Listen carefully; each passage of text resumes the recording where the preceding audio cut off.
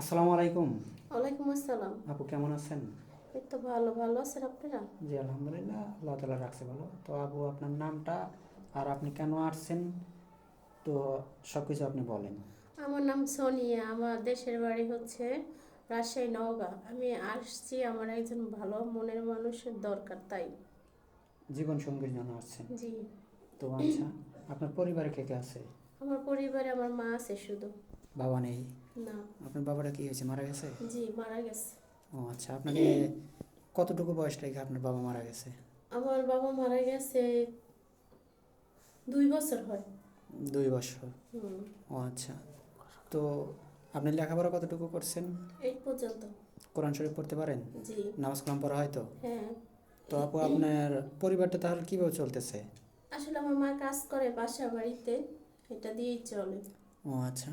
তো আপনি কি কোনো কাজ না, করেন আমি নাকি? কাজ করি বলতে আমি টেলার্সের কাজ শিখি। হোটেলের কাজ শিখতেছেন এখনও, কি শেখা শেষ হয় নাই? না। ও আচ্ছা। তো যাই হোক, আপনার কি ফোন আছে? না ভাইয়া। ফোন নাই? না, আমার ফোন নাই, আমার ফোন কেনার সামর্থ্য নাই, আর হচ্ছে আমার মা আমার হাতে ফোনও দেয়নি। ও আচ্ছা। বলতাছে যে অবিবাহিত মেয়ের হাতে ফোন দিলে মনে করেন বেশি খারাপ হয়ে যাবে, ওই জন্য আরো ফোন দেয়নি। ও আচ্ছা। না, এটা আবার ভুল ধারণা, তার কারণ যে সব মেয়ে তো আর একরকম না যে ফোন দিলেই নষ্ট হবে। কিন্তু অ্যাকচুয়ালি কথা যে আপনার কেনার মতো সামর্থ্য নেই নাকি? জি।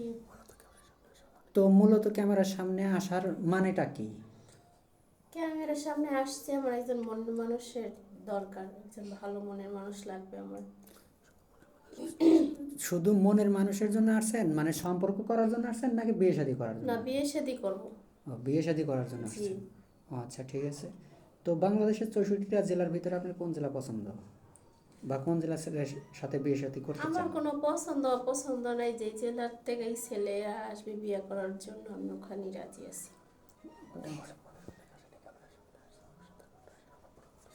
তো যাই হোক ভাই, আমাদের এই ক্যামেরার সামনে যে এই অসহায় মেয়েটা আসছে, তো আশা করি আমরা তার মনের আশাটা পূরণ করে দিতে পারবো।